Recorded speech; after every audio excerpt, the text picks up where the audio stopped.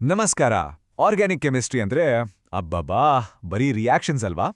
ಆದ್ರೆ ಯಾವತ್ತಾದ್ರೂ ಯೋಚಿಸಿದೀರಾ ಒಂದು ರಿಯಾಕ್ಷನ್ ನಿಜವಾಗಿ ಹೇಗೆ ಶುರುವಾಗುತ್ತೆ ಅಂತ? ಅದರ ಹಿಂದಿನ ಮ್ಯಾಜಿಕ್ ಏನು? ಇವತ್ತು ನಾವು ನಿಮ್ಮ ಕಾಂಪಿಟೇಟಿವ್ ಎಕ್ಸಾಮ್ಸ್ಗೆ ತುಂಬಾನೇ ಇಂಪಾರ್ಟೆಂಟ್ ಆಗಿರೋ ಈ ರಿಯಾಕ್ಷನ್ ಬೇಸಿಕ್ಸ್ ಅನ್ನ ತುಂಬಾ ಸಿಂಪಲ್ ಆಗಿ ಕಲಿಯೋಣ. ರೆಡಿ ಇದ್ದೀರಾ? ಹಾಗಿದ್ರೆ ಬನ್ನಿ ಶುರು ಮಾಡೋಣ. ಸರಿ, ಇವತ್ತು ನಮ್ಮ ಪ್ಲಾನ್ ಏನು ಅಂತ ನೋಡೋಣ. ನಾವು ಒಂದು ರಿಯಾಕ್ಷನ್ನ ಸಂಪೂರ್ಣ ಕಥೆಯನ್ನೇ ಬಿಚ್ಚಿಡಲಿದ್ದೇವೆ. ಮೊದಲಿಗೆ ಬಾಂಡ್ಗಳು ಹೇಗೆ ಮುರಿತವೆ ಅನ್ನೋದನ್ನ ನೋಡ್ತೀವಿ. ಆಮೇಲೆ ಈ ಕಥೆಯ ಹೀರೋಗಳು ಅಂದ್ರೆ ಅಟ್ಯಾಕಿಂಗ್ ರಿಯೇಜೆಂಟ್ಸ್ ಬಗ್ಗೆ ತಿಳ್ಕೊಳ್ತೀವಿ. ಅದಾದ್ಮೇಲೆ ಈ ಇಡೀ ಆಟವನ್ನ ಕಂಟ್ರೋಲ್ ಮಾಡುವ ಒಂದು ಹಿಡನ್ ಫೋರ್ಸ್ ಅಂದ್ರೆ ಇಂಡಕ್ಟಿವ್ ಎಫೆಕ್ಟ್ ಬಗ್ಗೆ ಮಾತಾಡೋಣ.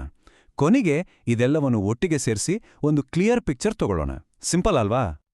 ಸೊ ನಮ್ಮ ಮೊದಲನೇ ಸ್ಟೆಪ್ ನೋಡಿ, ಒಂದು ರಿಯಾಕ್ಷನ್ ಶುರುವಾಗಬೇಕು ಅಂದ್ರೆ ಮೊದಲೇನಾಗಬೇಕು? ಒಂದು ಹಳೆ ಬಾಂಡ್ ಮುರಿದಲೇಬೇಕು ಅಲ್ವಾ? ಹಾಗೇನೆ ಆರ್ಗ್ಯಾನಿಕ್ ಕೆಮಿಸ್ಟ್ರಿಯಲ್ಲೂ ಅಷ್ಟೇ. ಒಂದು ಹೊಸ ರಿಯಾಕ್ಷನ್ ಸ್ಟಾರ್ಟ್ ಆಗೋಕೆ ಆಲ್ರೆಡಿ ಇರೋ ಒಂದು ಕೋವ್ಯಾಲೆಂಟ್ ಬಾಂಡ್ ಬ್ರೇಕ್ ಆಗಬೇಕು. ಈ ಪ್ರೊಸೆಸ್ ಇದೆಯಲ್ಲ, ಇದಕ್ಕೆ ನಾವು ಬಾಂಡ್ ಫಿಷನ್ ಅಂತ ಕರಿತೀವಿ. ಹಾಗಿದ್ರೆ ಈ ಬಾಂಡ್ ಮುರಿಯೋದ್ರಲ್ಲಿ ಎಷ್ಟು ರೀತಿ ಇದೆ? ಇದರಲ್ಲಿ 2 ಮೇನ್ ಟೈಪ್ಸ್. ಮೊದಲನೇದು ಹೋಮೋಲಿಟಿಕ್ ಫಿಷನ್. ಹೋಮೋ ಅಂದ್ರೆ ಸೇಮ್. ಇದನ್ನ ಒಂದು ರೀತಿ ನ್ಯಾಯವಾದ ಪಾರ್ಟಿಷನ್ ಅಂತ ಅನ್ಕೋಬಹುದು. ಬಾಂಡ್ನಲ್ಲಿದ್ದ 2 ಎಲೆಕ್ಟ್ರಾನ್ಗಳನ್ನ ಒಂದು ನಿನಗೆ ಒಂದು ನನಗೆ ಅಂತ 2 ಆಟಮ್ಗಳು ಕರೆಕ್ಟಾಗಿ ಹಂಚ್ಕೊಳ್ತವೆ. ಇದರಿಂದ ಏನ್ ಹುಟ್ಟುತ್ತೆ ಗೊತ್ತಾ? ಸಿಕ್ಕಾಪಟ್ಟೆ ಆಕ್ಟಿವ್ ಆಗಿರೋ ಫ್ರೀ ರ್ಯಾಡಿಕಲ್ಸ್. ಇನ್ನು ಎರಡನೇದು ಹೆಟೆರೋಲಿಟಿಕ್ ಫಿಷನ್. ಇದು ಪಕ್ಕಾ ಅನ್ಯಾಯ. ಒಬ್ಬ ಸ್ಟ್ರಾಂಗ್ ಆಟಮ್ ಏನ್ ಮಾಡುತ್ತೆ ಅಂದ್ರೆ 2 ಎಲೆಕ್ಟ್ರಾನ್ ನಂದೇ ಅಂತ ಕಿತ್ಕೊಂಡು ನೆಗೆಟಿವ್ ಆಗುತ್ತೆ. ಇನ್ನೊಂದು ಪಾಪ ಎಲೆಕ್ಟ್ರಾನ್ ಕಳ್ಕೊಂಡು ಪಾಸಿಟಿವ್ ಆಗುತ್ತೆ. ಇಲ್ಲಿ ಹುಟ್ಕೊಳ್ಳೋದು ಅಯಾನ್ಸ್. ಒಂದು ಕ್ಯಾಟಯಾನ್, ಇನ್ನೊಂದು anion. Alright, let's look at the definition. Free radicals, neutral chemical species that contain an odd number of electrons. ನೋಡಿ, ಹೆಸರಲ್ಲೇ ಇದೆ, ರಾಡಿಕಲ್. ಈ ಫ್ರೀ ರಾಡಿಕಲ್ ಹತ್ರ ಒಂದೇ ಒಂದು ಒಂಟಿ ಎಲೆಕ್ಟ್ರಾನ್ ಇರುತ್ತೆ. ಅದಕ್ಕೆ ಜೋಡಿ ಇರಲ್ಲ. ಅದಕ್ಕೆ ಶಾಂತಿನೇ ಇರಲ್ಲ. ನನಗೆ ಪೇರಾಗಬೇಕು ಅಂತ ಎಲ್ಲೆಡೆ ರಿಯಾಕ್ಟ್ ಮಾಡೋಕೆ ಓಡಾಡುತ್ತೆ.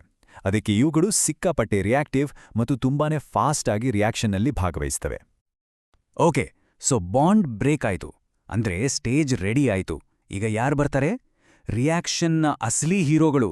ಇವರೇ ಅಟ್ಯಾಕಿಂಗ್ ರಿಯೇಜೆಂಟ್ಸ್. ಇವರು ಬಂದು ಸಬ್ಸ್ಟ್ರೇಟ್ ಮಾಲಿಕ್ಯೂಲ್ ಮೇಲೆ ಅಟ್ಯಾಕ್ ಮಾಡಿ ಹೊಸ ಬಾಂಡ್ಗಳನ್ನ ಕ್ರಿಯೇಟ್ ಮಾಡ್ತಾರೆ. First up, the electrophile. Let's read the definition. Electrophile, electron deficient species that attacks on electron-rich species. ನೋಡಿ, ಎಲೆಕ್ಟ್ರೋ ಅಂದ್ರೆ ಎಲೆಕ್ಟ್ರಾನ್, ಫೈಲ್ ಅಂದ್ರೆ ಲವಿಂಗ್. ಸೊ ಎಲೆಕ್ಟ್ರೋಫೈಲ್ ಅಂದ್ರೆ ಎಲೆಕ್ಟ್ರಾನ್ ಲವರ್. ಇವು ಎಲೆಕ್ಟ್ರಾನ್ ಡಿಫಿಷಿಯಂಟ್ ಸ್ಪೀಷೀಸ್, ಅಂದ್ರೆ ಎಲೆಕ್ಟ್ರಾನ್ಗಳ ಕೊರತೆ ಇರುತ್ತೆ. ಹಾಗಾಗಿ ಎಲ್ಲಿ ಎಲೆಕ್ಟ್ರಾನ್ಗಳು ಜಾಸ್ತಿ ಇರುತ್ತೋ ಆ ಜಗವನ್ನ ಹುಡ್ಕೊಂಡು ಹೋಗಿ ಅಟ್ಯಾಕ್ ಮಾಡ್ತವೆ. ಒಂದು ಇಂಟ್ರೆಸ್ಟಿಂಗ್ ವಿಷಯ ಏನಂದ್ರೆ, ಎಲೆಕ್ಟ್ರೋಫೈಲ್ ಅಂದ್ರೆ ಯಾವಾಗ್ಲೂ ಪಾಸಿಟಿವ್ ಚಾರ್ಜ್ ಇರಬೇಕು ಅಂತೇನೂ ಇಲ್ಲ. ಸ್ಕ್ರೀನ್ ಮೇಲೆ ನೋಡಿ, BF3 AlCl3 ತರಹ ನ್ಯೂಟ್ರಲ್ ಮಾಲಿಕ್ಯೂಲ್ಸ್ಗಳು ಇವೆ. ಯಾಕಂದ್ರೆ ಇವುಗಳ ಸೆಂಟ್ರಲ್ ಆಟಮ್ ಹತ್ರ 8 ಎಲೆಕ್ಟ್ರಾನ್ಸ್ಗಳು ಪೂರ್ತಿಯಾಗಿಲ್ಲ. ಅಂದ್ರೆ ಅವುಗಳ ಆಕ್ಟೇಟ್ ಇನ್ಕಂಪ್ಲೀಟ್. ಅದಕ್ಕೆ ಅವುಗಳಿಗೆ ಇನ್ನೂ ಎಲೆಕ್ಟ್ರಾನ್ಸ್ಗಳು ಬೇಕು. ಇನ್ನು H3O+ ಅಥವಾ Cl+ ತರಹ ಪಾಸಿಟಿವ್ ಚಾರ್ಜ್ ಇದ್ರೆ ಅವು ಎಲೆಕ್ಟ್ರೋಫೈಲ್ಸ್ ಅಂತ ಈಸಿಯಾಗಿ ಗೊತ್ತಾಗುತ್ತಲ್ವಾ? Next, we have the opposite character, nucleophile. Electron rich species that attacks on electron deficient species. Nucleo ಅಂದ್ರೆ ನ್ಯೂಕ್ಲಿಯಸ್, ಫೈಲ್ ಅಂದ್ರೆ ಲವಿಂಗ್. ಸೊ ನ್ಯೂಕ್ಲಿಯೋಫೈಲ್ ಅಂದ್ರೆ ನ್ಯೂಕ್ಲಿಯಸ್ ಲವ. ನ್ಯೂಕ್ಲಿಯಸ್ ಪಾಸಿಟಿವ್ ಆಗಿರೋದ್ರಿಂದ ಇವು ಪಾಸಿಟಿವ್ ಚಾರ್ಜ್ ಎಲ್ಲಿದೆ ಅಂತ ಹುಡುಕುತ್ತವೆ. ಯಾಕಂದ್ರೆ ಇವುಗಳು ಎಲೆಕ್ಟ್ರಾನ್ ರಿಚ್. ಇವುಗಳತ್ರ ಎಕ್ಸ್ಟ್ರಾ ಎಲೆಕ್ಟ್ರಾನ್ಸ್ಗಳಿರ್ತವೆ. ಅದನ್ನ ದಾನ ಮಾಡೋಕೆ ಯಾವಾಗ್ಲೂ ರೆಡಿ. ಕೆಲವು ಎಕ್ಸಾಂಪಲ್ಸ್ ನೋಡೋಣ ಬನ್ನಿ. NH3 ಅಂದ್ರೆ ಅಮೋನಿಯಾ, H2O ಅಂದ್ರೆ ನೀರು. ಇವು ನ್ಯೂಟ್ರಲ್ ಆಗಿದ್ರೂ ಇವುಗಳ ಮೇಲೆ ಲೋನ್ ಪೇರ್ ಎಲೆಕ್ಟ್ರಾನ್ಸ್ಗಳು ಇವೆ, ಅಂದ್ರೆ ಬಾಂಡಿಂಗ್ನಲ್ಲಿ ಭಾಗವಹಿಸದ ಎಲೆಕ್ಟ್ರಾನ್ ಜೋಡಿ. ಅದನ್ನ ಅವು ಈಸಿಯಾಗಿ ಡೊನೇಟ್ ಮಾಡಬಹುದು. ಹಾಗಾಗಿ ಇವು ನ್ಯೂಕ್ಲಿಯೋಫೈಲ್ಸ್. ಇನ್ನು OH- ಅಥವಾ CN- ತರಹ ನೆಗೆಟಿವ್ ಚಾರ್ಜ್ ಇದ್ರೆ ವಾವ್, ಅವು ತುಂಬಾನೇ ಪವರ್ಫುಲ್ ನ್ಯೂಕ್ಲಿಯೋಫೈಲ್ಗಳು. ಈ ಇಮೇಜ್ ನೋಡಿ, ಇದು ಇಡೀ ಕಾನ್ಸೆಪ್ಟ್ನ ಸಮ್ಮರಿ.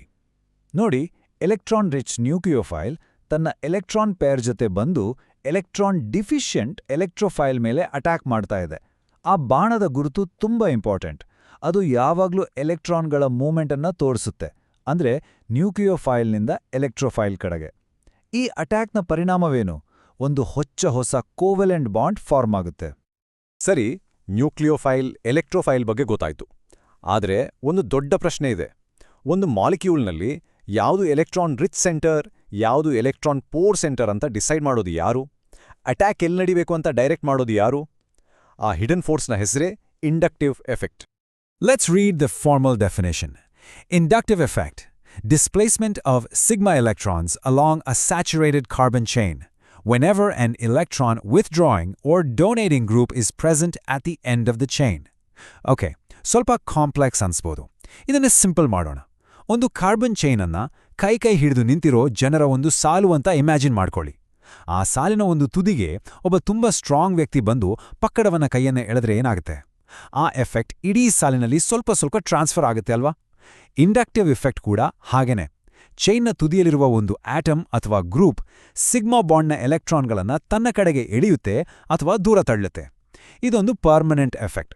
ಇದೇ ಇಂಡಕ್ಟಿವ್ ಎಫೆಕ್ಟ್. ಈ ಎಕ್ಸಾಂಪಲ್ ನೋಡಿದ್ರೆ ಪರ್ಫೆಕ್ಟ್ ಆಗಿ ಅರ್ಥ ಆಗುತ್ತೆ. ಇಲ್ಲಿ ಕ್ಲೋರೋ ಈಥೇನ್ ಇದೆ. ಕ್ಲೋರಿನ್ ಇದೆಯಲ್ಲ, ಅದು ತುಂಬಾ ಎಲೆಕ್ಟ್ರೋನೆಗೆಟಿವ್. ಅಂದ್ರೆ ಎಲೆಕ್ಟ್ರಾನ್ಗಳ ಮೇಲೆ ಅದಕ್ಕೆ ಸಿಕ್ಕಾಪಟ್ಟೆ ಪ್ರೀತಿ. ಅದು ಏನ್ ಮಾಡುತ್ತೆ? ತನ್ನ ಪಕ್ಕದ ಕಾರ್ಬನಿನ ಎಲೆಕ್ಟ್ರಾನ್ಗಳನ್ನು ತನ್ನ ಕಡೆಗೆ ಜಗ್ಗುತ್ತೆ.